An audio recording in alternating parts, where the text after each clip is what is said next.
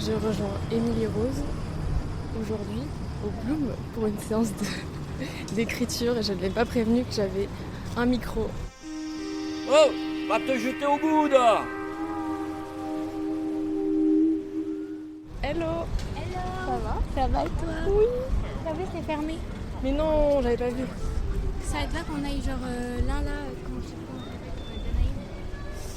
Danaïd, on peut se poser à l'intérieur, c'est ça? Ou ça va être... Je sais pas si on peut se poser à l'intérieur. Bah après ouais, on peut aller...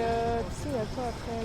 Il y a l'éclectique aussi. Oui, et il y a aussi un autre truc, c'est le jardin de l'éclectique, je sais pas si tu connais. Non. Il y a un petit jardin et c'est hyper calme. Ah mais c'est trop bien. Attends, on va là. Et t'as vu, j'enregistre pour mon podcast? Ah mais trop T'avais bien. remarqué? Non. Trop bien cette idée de séance d'écriture. Mais du coup, c'est quoi le projet que tu dois rendre là? Alors c'est un truc que je traîne depuis longtemps qui s'appelle Abuelita. C'est tiré oui, d'un oui. podcast aussi. Oui, celui où tu fais à manger, enfin tu cuisines ta grand-mère. Ouais, exact. Toi, c'est sur quoi? Moi, j'essaye d'écrire un nouveau pour Transversar. On est au jardin à l'éclectique et on écrit séance d'écriture. Émilie Rose fait des dessins. Probablement pour son storyboard. Ou pas, c'est ça? Oui. Je cherche mes costumes. Tu veux parler de ton scénar ou pas?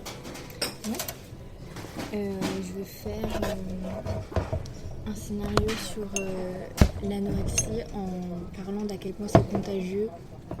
Mais du coup, dans un sens, c'est contagieux dans le mauvais sens, comme une maladie. Mais quand on repère la maladie, on peut aussi la soigner. Du coup, c'est en ce double sens que je vais parler. Et je vais prendre le biais de la solidarité féminine et familiale entre deux sœurs. Ok. Voilà.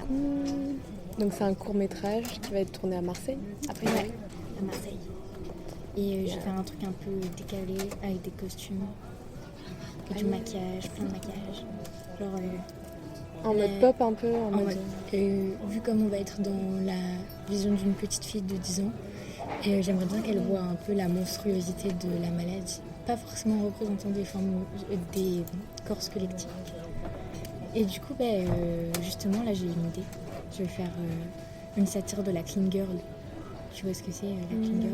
Je pense. C'est les meufs qui sont très propres sur elles, mais trop propres sur elles. Et du coup, genre, c'est un truc qui est en ce moment, et en fait, c'est un nouvel idéal bourgeois, mais qui est vraiment très toxique.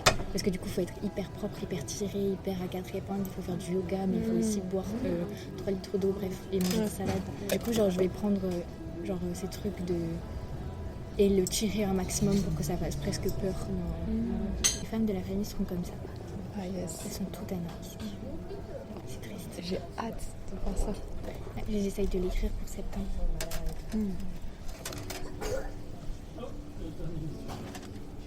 Ok, moi je vais continuer à écrire sur Abuelita pour ceux qui ont suivi mon podcast que j'ai réalisé il y a 3-4 ans, qui avait reçu un prix à Arte Radio.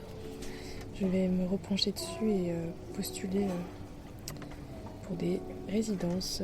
Allez, bonne journée, bonne soirée et à bientôt.